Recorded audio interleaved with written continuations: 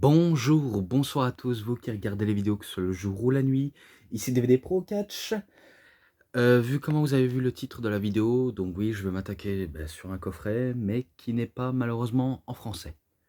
Donc, d'ailleurs, à ma grande étonnement, je croyais que la plupart étaient en français, mais apparemment non.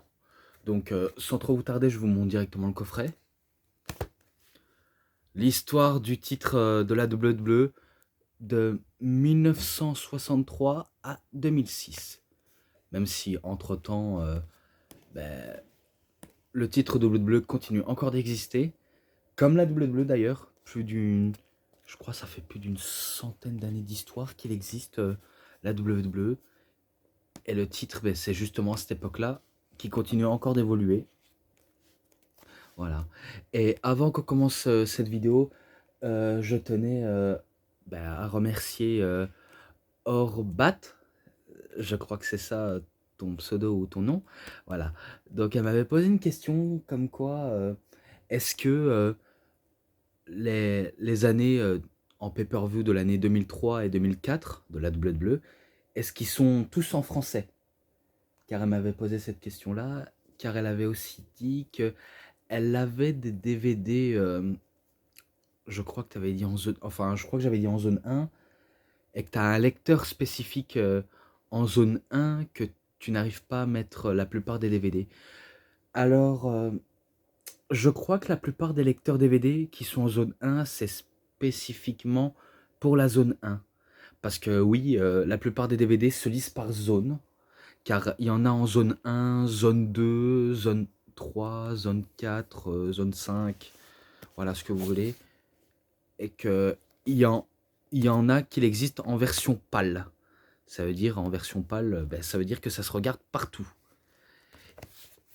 Et que si c'est un lecteur spécifique pour la zone 1, on regarde pour le lecteur de la zone 1. Si vous avez pour la zone 2, vous avez pour la zone 2. Les autres, ça reste à voir. Moi, comme vous saviez et que je vous avais déjà dit, j'ai un DVD qui est en zone 1, c'est celui de l'Undertaker. J'ai pas le lecteur spécifique pour regarder, mais j'ai le PC parce que oui, on peut regarder par l'ordinateur où il y a une ouverture de disque. Voilà. Et que après, la source la plus intelligente, ce qu'a dit Orbat, on peut aussi regarder par le network.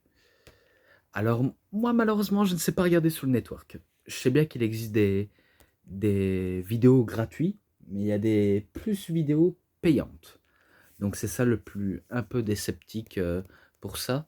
C'est que j'arrive pas à regarder, mais si tu arrives à regarder, tu as beaucoup de chance.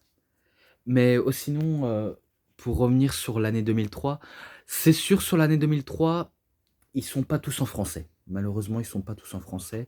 Mais en 2004, comme j'avais déjà dit, si on a de la chance, voilà, si on a de la chance, trouver en l'année 2004, c'est plus les 4 qui sont plus importants. Donc, les 4 les plus importants à trouver en français: Royal Rumble, WrestleMania 20, SummerSlam et Survivor Series.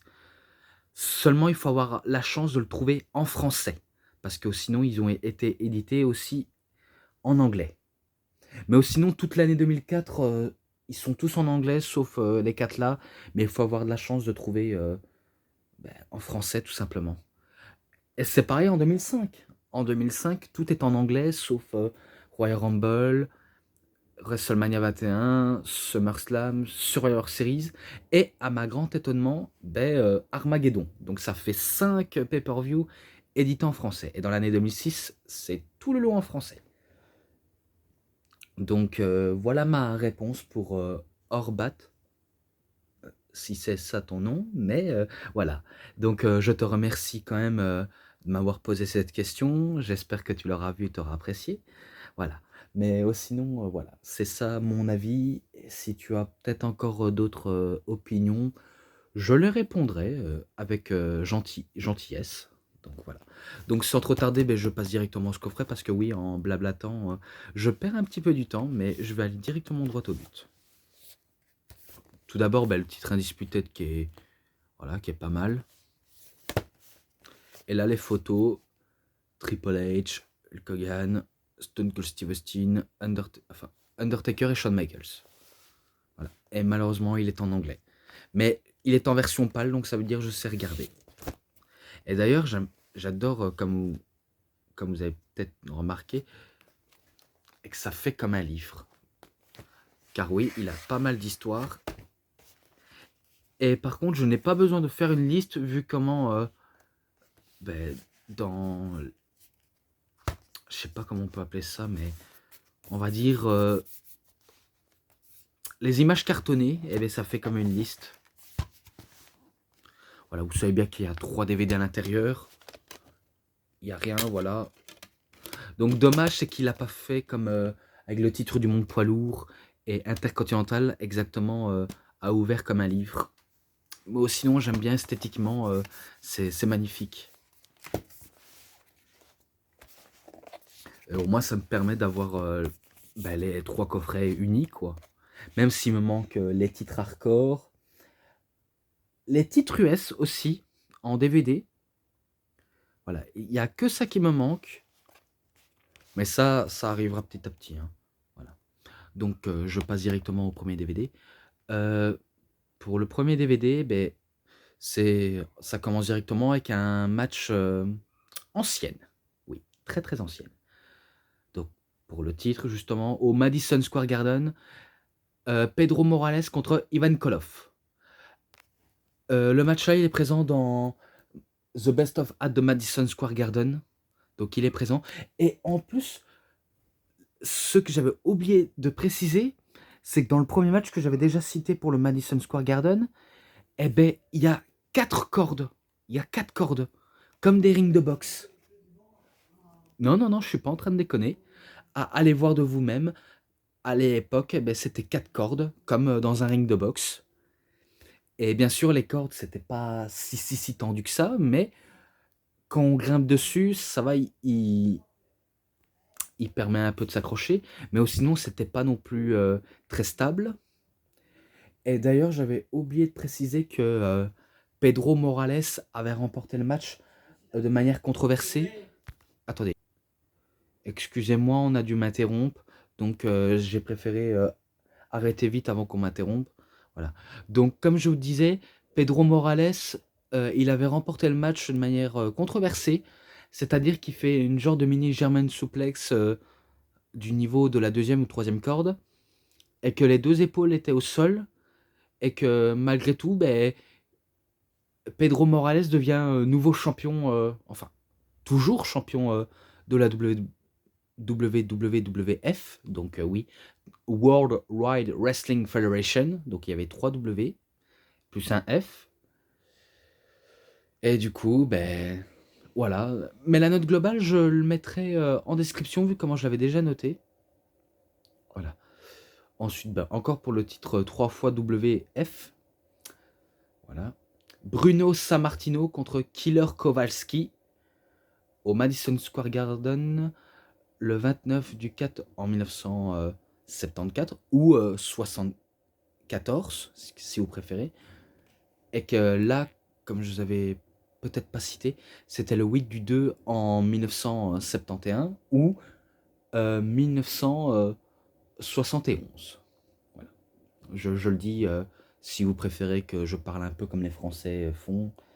Par exemple, en Belgique, nous on dit 70 et en France on dit 70 et 90, ça c'est pour la Belgique.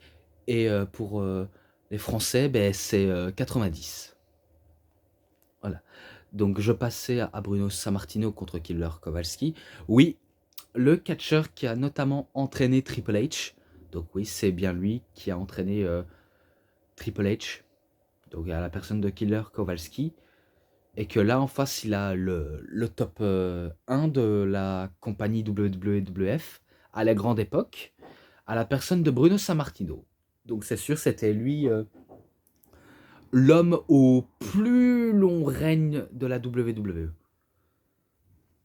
Bien sûr, à l'époque où tout n'était pas, on va dire, aux couleurs, ou encore avec la technologie qui fonctionne à merveille, Donc à l'époque, il n'y avait pas ça. Donc c'était sûr à l'époque, c'était spécial. Et qu'il y en a qui regardaient les matchs en noir et blanc. Donc il y a à dire, c'est très très vieux, mais par contre, ça me dérange pas du tout. Et que, comme je vous avais déjà expliqué dans la plupart des Madison Square Garden, la plupart des finishes, eh ben, des fois ça finissait en. Allez, ça finissait des fois en match nul parce que c'est arrêt du temps ou double tombée, double soumission, ça peut arriver des fois. Et que là, l'Arkiller Kowalski, lui, il souhaite à tout prix, c'est de prendre le titre de Sammartino, lui qui aura duré un plus long règne.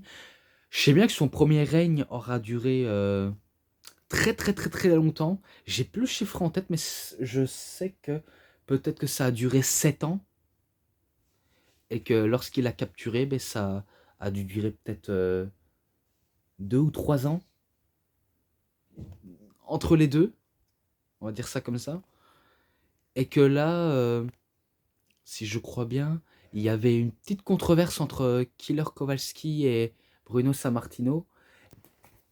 Et par contre, peut-être que je vous avais déjà oublié de parler des timelines.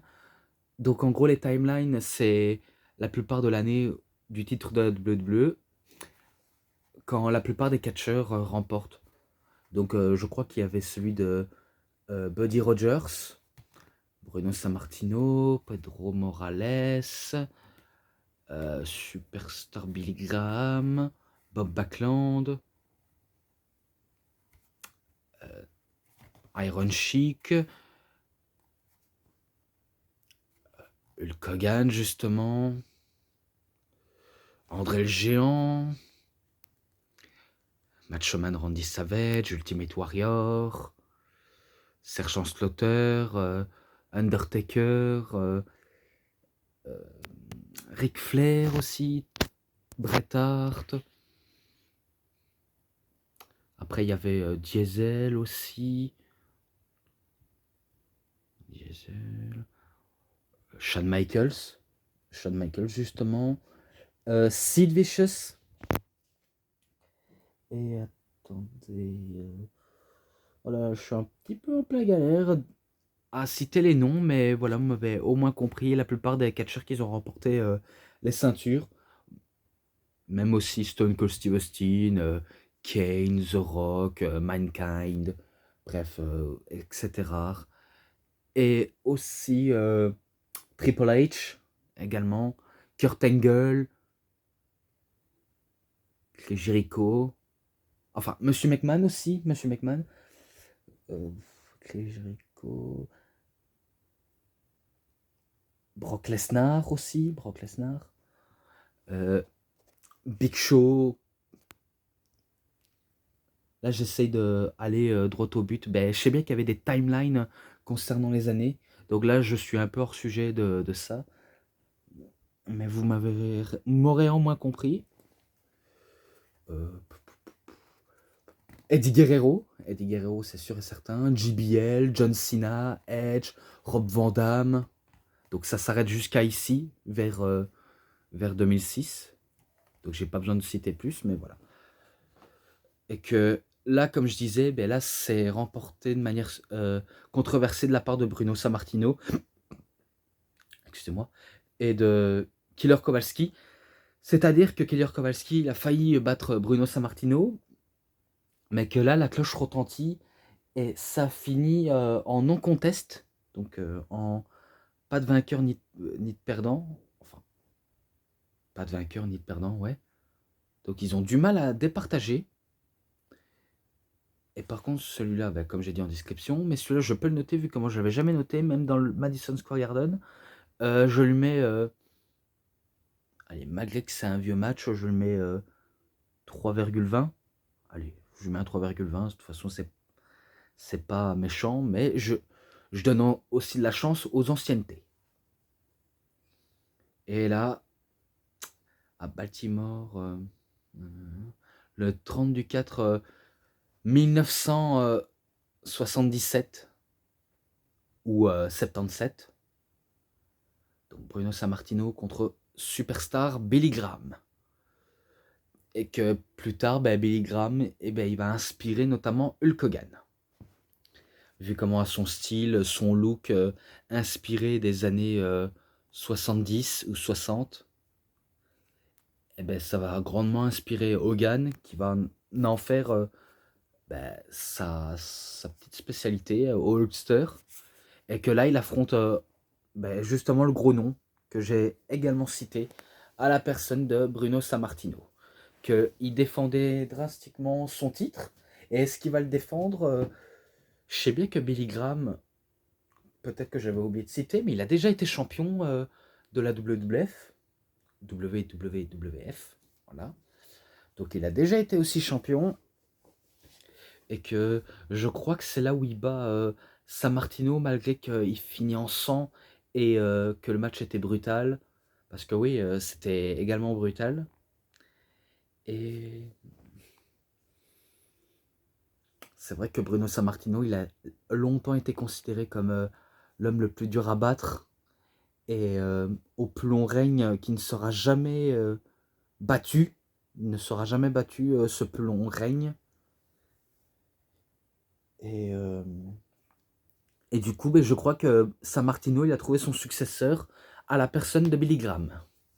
Donc c'est sûr, c'est Billy Graham qui bat Sammartino et que ce match-là, pareil à 3,20. Voilà, 3,20. Celui-là, je pense pas qu'il est présent dans le coffret de Madison Square Garden, mais voir à vérifier. Donc pour le titre, le 22 en 1978 ou 78, le Superstar Billy Graham contre Bob Backlund. Oui, encore dans un vieux match. Ouais, parce que tout n'est pas fait aux couleurs, mais vous m'avez au moins compris, car dans la vie, on n'a pas toujours ce qu'on veut. Et que malgré que c'est en noir et blanc ou en couleur avec des images pas très, on va dire, de très bonne qualité qui n'est pas du HD, mais ça va, ça permet de découvrir. Donc moi je m'en fiche que ça prend un petit coup de vieux du fait que j'apprécie, parce que c'est vrai que quand c'est des vieux matchs, on se dit c'est un peu chiant, mais quand il y a un vieux match qui nous marque, euh, certes il aura marqué les esprits, mais qu'il n'aura pas non plus resté longtemps dans les mémoires. Et que là, si je crois bien, Bob Backlund, il, euh,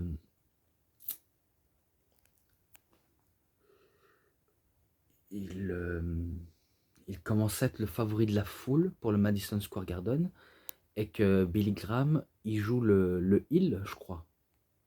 Et qu'il a voulu essayer de battre Backlund, mais c'est Backlund qui bat justement Superstar Billy Graham et qui devient champion de la WWF. WWF. Donc c'est Bob Backlund qui bat bah, Billy Graham, il bat justement Billy Graham. Et ce match-là, malgré que c'est rare aussi pour l'époque, je mets à 3,5.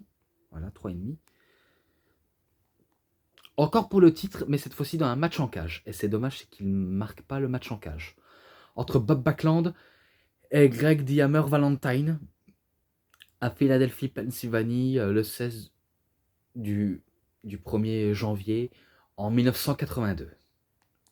Et que là, même à l'époque, la cage était en fait de parois d'acier. Enfin, c'était pas en barreau, même s'ils en avaient en barreau, mais là c'était du grillage.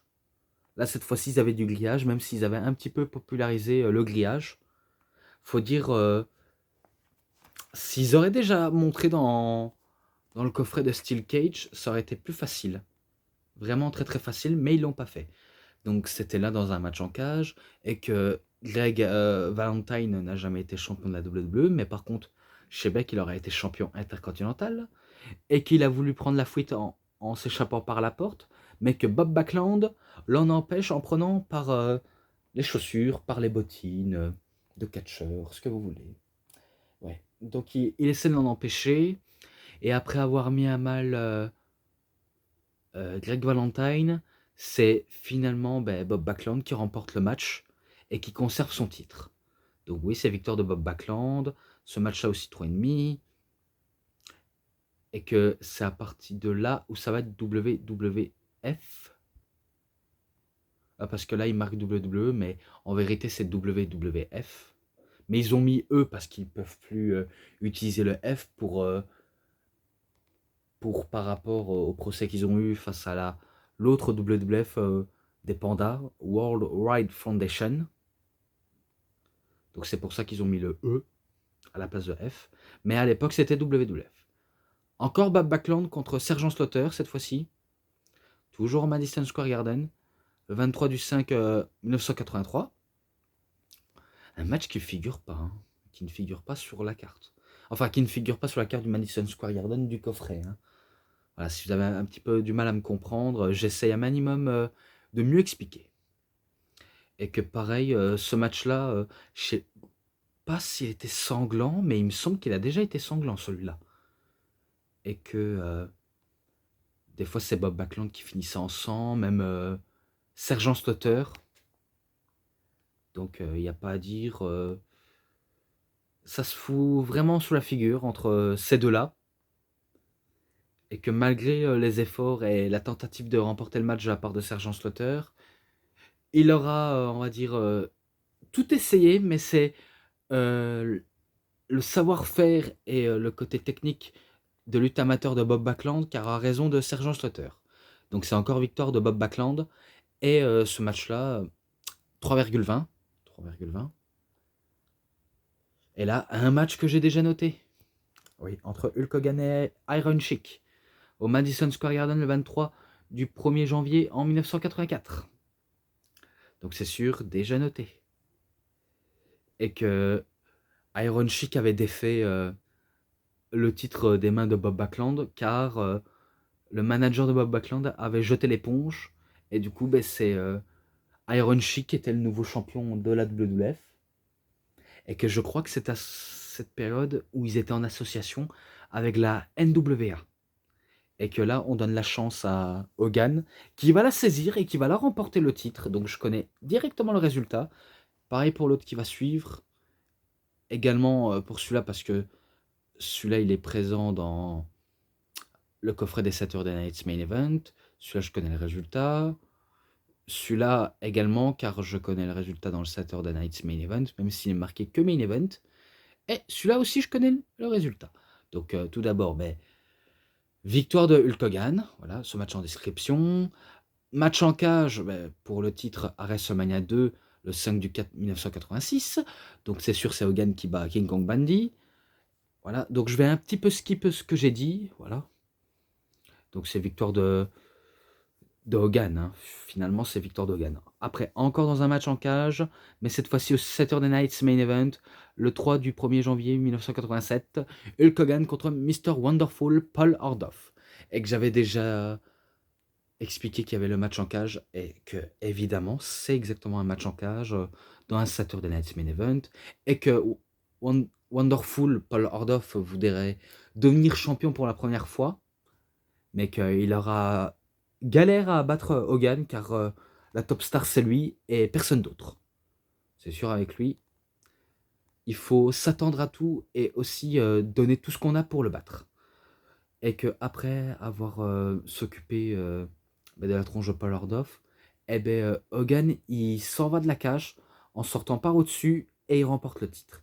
Et il en profite pour allumer Bobby Heenan au passage. Et pareil dans l'autre qu'il allumait aussi King Kong Bundy, mais aussi Bobby Heenan. Voilà. Après, contre André le Géant, WrestleMania 3, le 29 du 3 en 1987. Donc oui, je connais le résultat. Hulk Hogan y bat pour la première fois André le Géant, après plus de 15 ans d'invincibilité de la part d'André le Géant, et que sa maladie prenait énormément d'ampleur. Donc c'est sûr, c'est victoire d'Hogan. Et après, la revanche, cette fois-ci au Main Event, à Saturday Night's Main Event, justement, où André le Géant il va remporter le match de manière controversée. Et là, c'était du 5 du 2 1988. Oui, donc il remporte de manière controversée. Il arrive à battre Hogan grâce justement à l'intervention de la Million Dollar Corporation, où il y avait The $1 Million Man, Ted DiBiase, Virgil, et encore un autre type, mais voilà. Et aussi, il y avait un double arbitre qui se ressemble. Donc, je vous avais peut-être oublié de préciser, mais les doubles arbitres qu'on avait vus, ben, c'était Earl Hebner, justement, Earl Hebner, et son frère qui s'appelait Dave Hebner, qui nous a malheureusement quittés il y a pas si longtemps que ça. Donc, il nous a vraiment quittés que, voilà, malgré que la famille Hebner était un petit peu controversée de manière arbitrer les rings, mais voilà, un peu de respect pour ses anciens. Même s'ils n'ont pas une place importante dans notre cœur, mais ils ont passé une place importante dans les matchs de catch à la WWE. Et que j'aime bien quand André le Géant, il remporte le titre de la WWE, il dit qu'il a remporté les titres par équipe. Ça avait été dit par Christophe Ajus. Donc Christophe Ajus a dit qu'il disait justement André Géant en disant qu'il avait remporté les titres par équipe, alors que c'est pas le titre par équipe. Attendez, je vais vite revenir. Et putain, on ne fait que m'appeler, ça m'énerve. Faudrait que je continue parce que j'en ai assez qu'on m'interrompt tout le temps. Donc je disais, André le Géant croyait que c'était le titre par équipe alors que c'était le titre de la WWE. Eh ben, quelle belle gourde qu'il fait.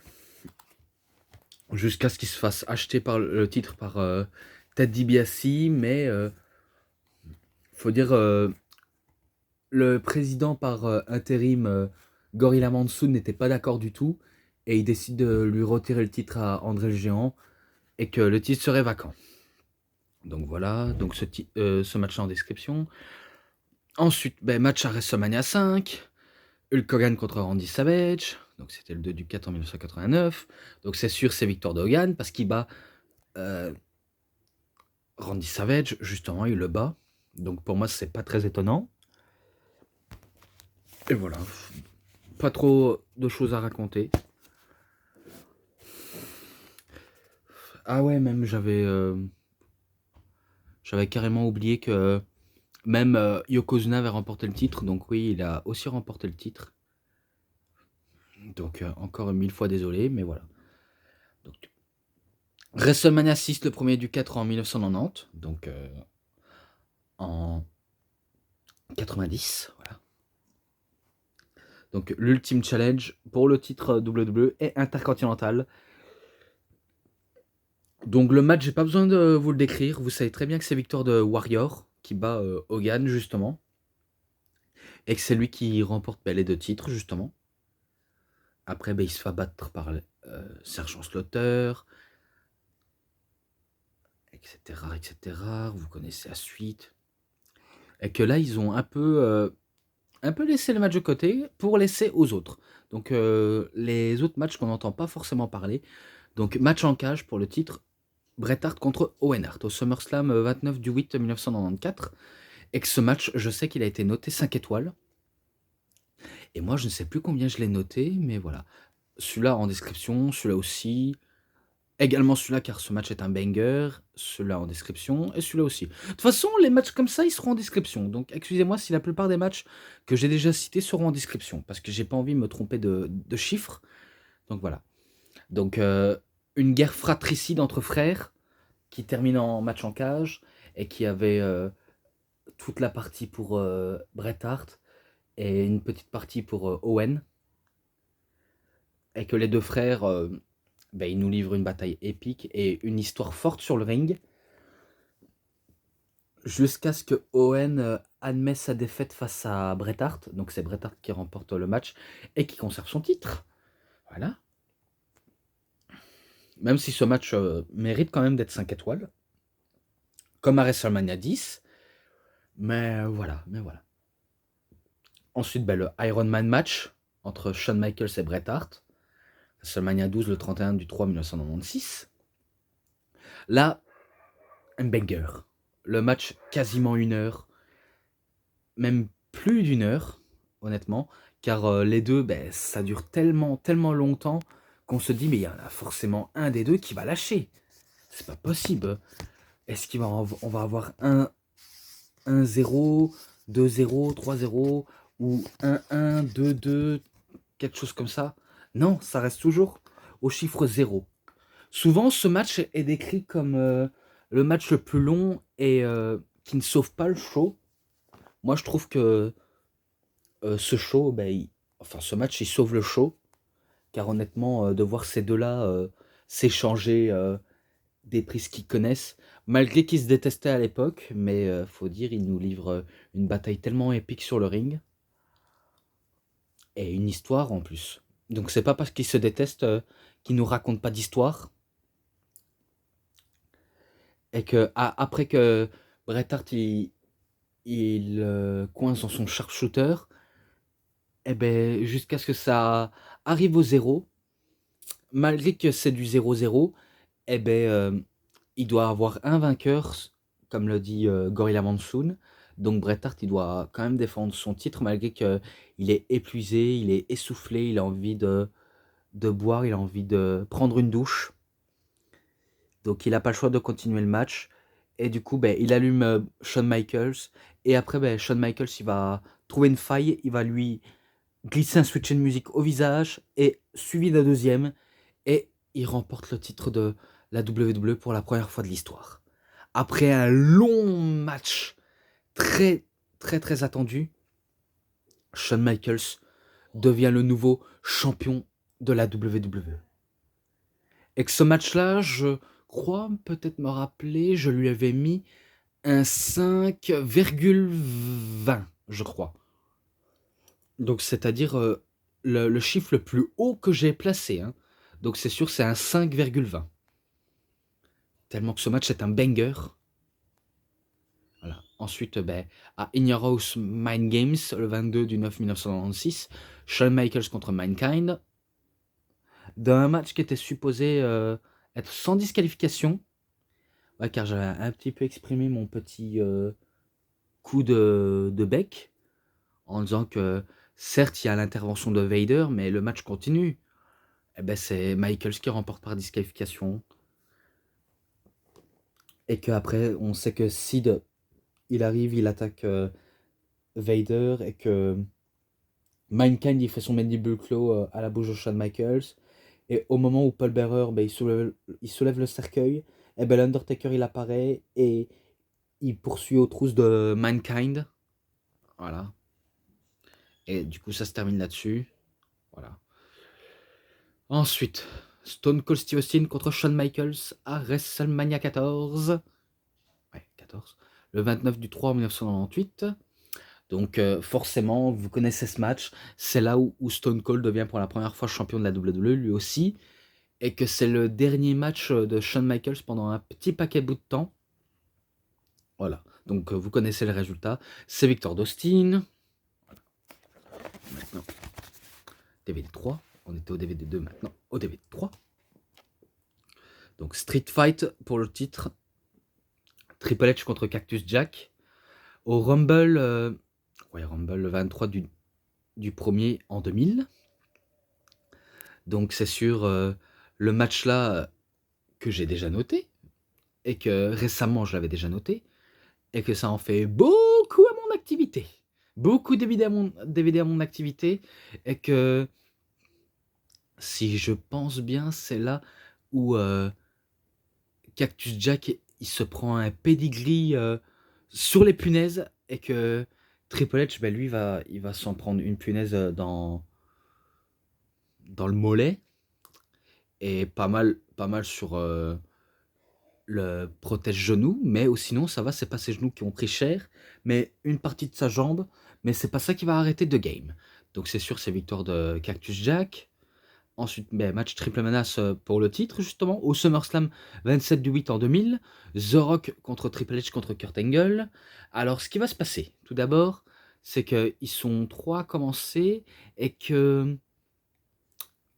Triple H allume directement Kurt Angle, et qu'au moment où il veut faire son pedigree, Triple H sur la table des commentateurs sur Kurt Angle, la table se casse, et c'est là où Kurt Angle il a une commotion cérébrale, donc il va pas continuer le match, et du coup c'est Triple H et The Rock qui commencent à se mettre sous la figure, Et que même Stephanie McMahon a voulu prêter main forte à Triple H, notamment en tentative de tricherie, mais The Rock, il a quand même la lucidité de voir le coup, euh, le coup de chantage à vue d'œil. Donc heureusement il a ça dans l'œil. Et que du coup, ben, elle sera plus utile durant le match et ça se joue entre Hunter et Rocky, quoi.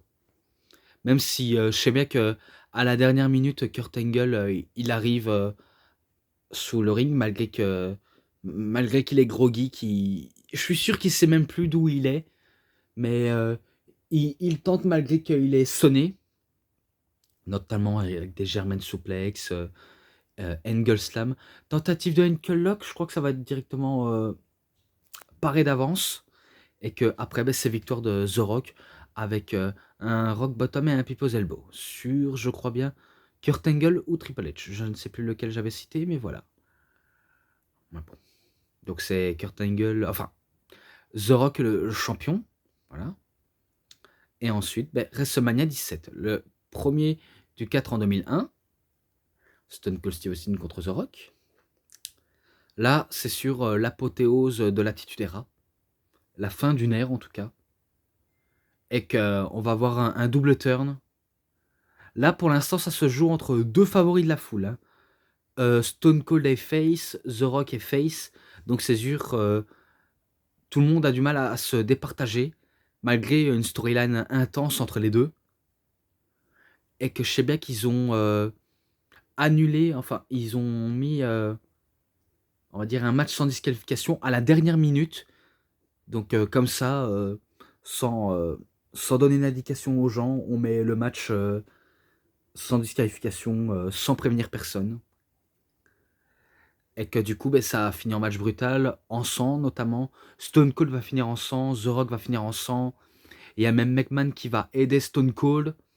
Donc c'est là où on réalise que Stone Cold, il fait un heel turn et que The Rock, il est pure face.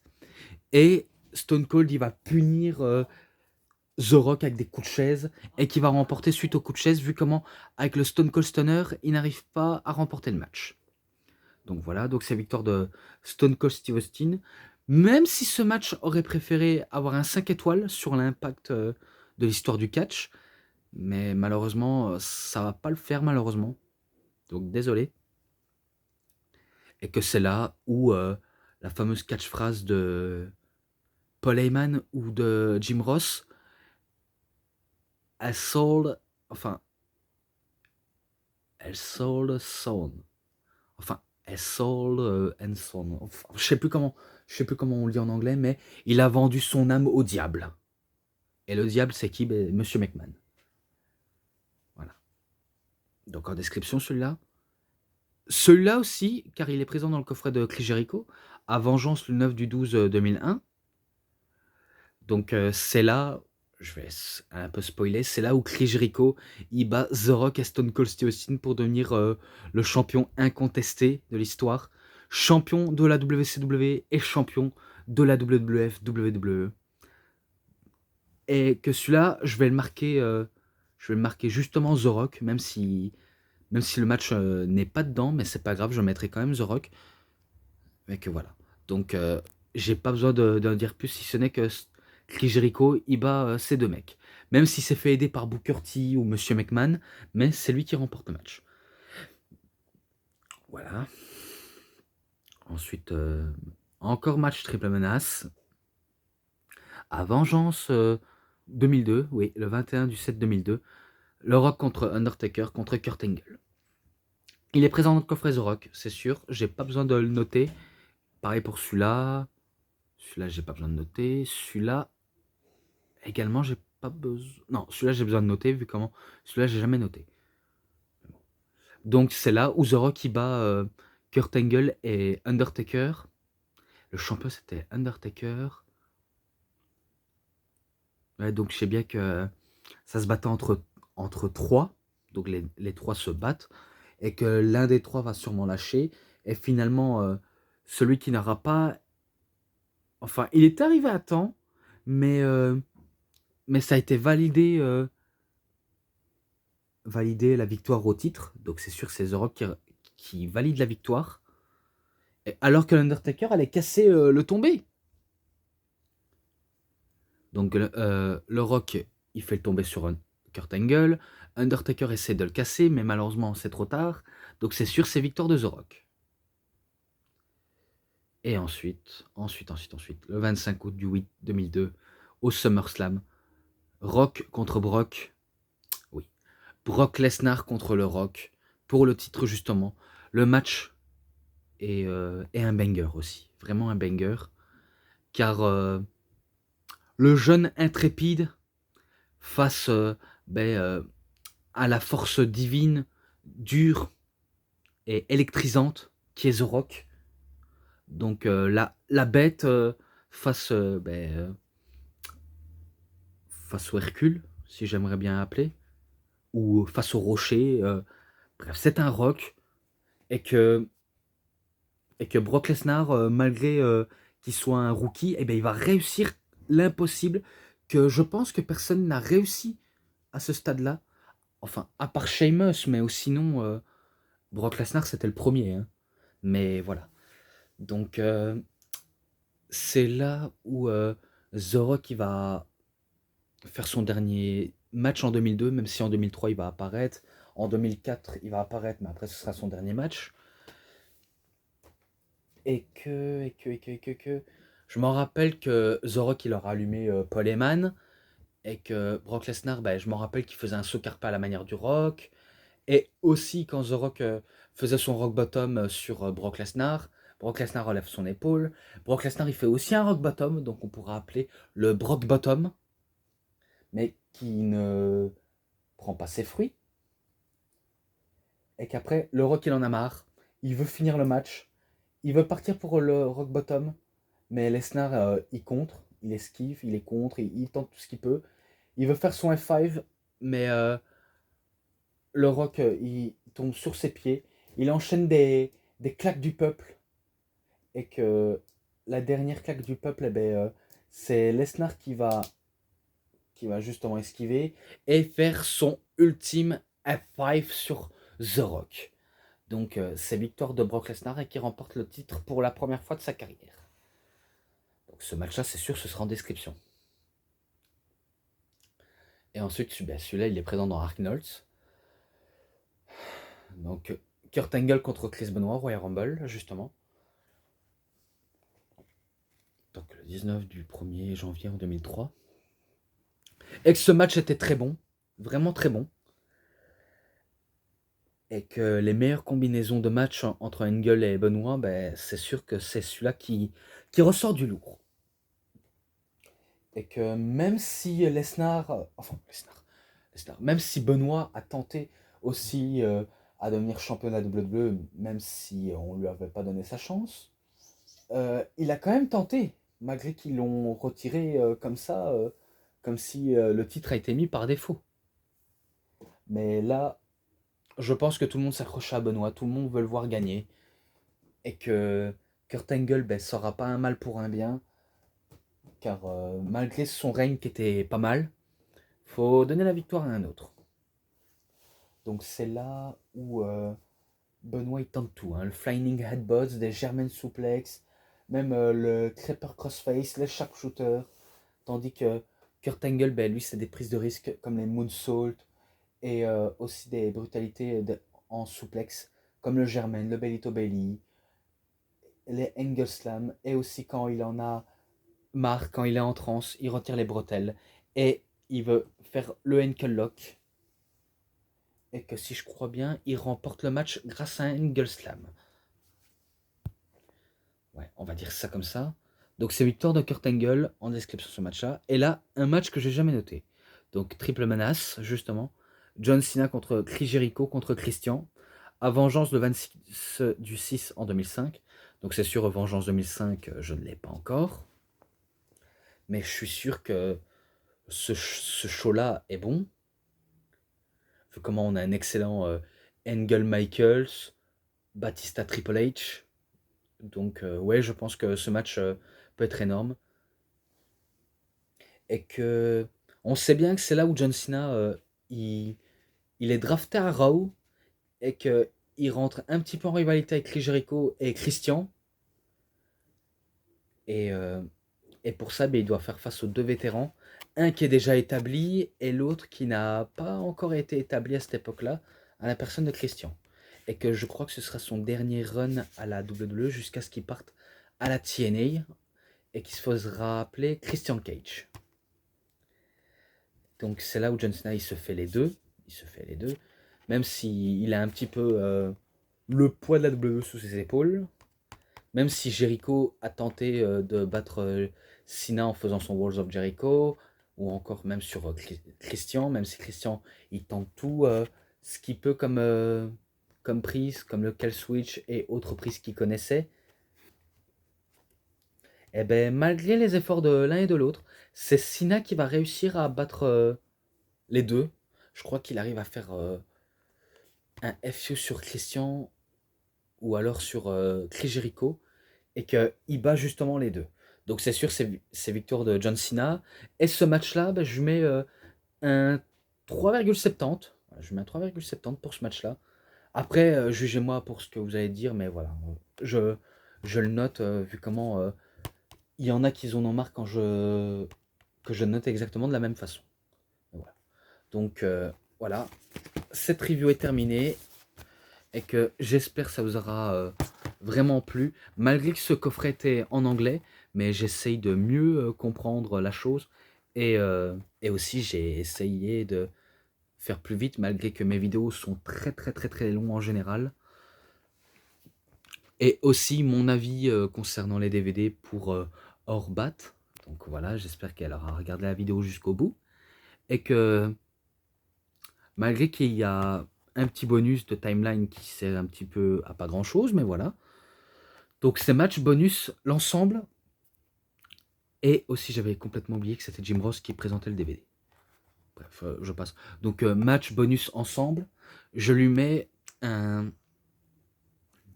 4,60. Je lui mets un 4,60 pour celui-là. Car ça va, il est pas mal, il est magnifique quand même. Je sais pas dans les autres, j'ai marqué différemment, mais celui-là, je le mets ça, 4,60. Et que voilà, cette review est terminée. J'espère que ça vous aura vraiment bien plu. Si, bien sûr, si ça vous aura été utile cette vidéo, vous savez ce qu'il vous reste à faire. Likez la vidéo, commentez, partagez, abonnez-vous à ma chaîne. Cliquez sur la petite cloche pour avoir plus de notifications des prochaines vidéos. Et moi, je vous dis bonne journée, bonne soirée à tous. Au revoir tout le monde pour une prochaine vidéo. A plus à tous les fans de catch.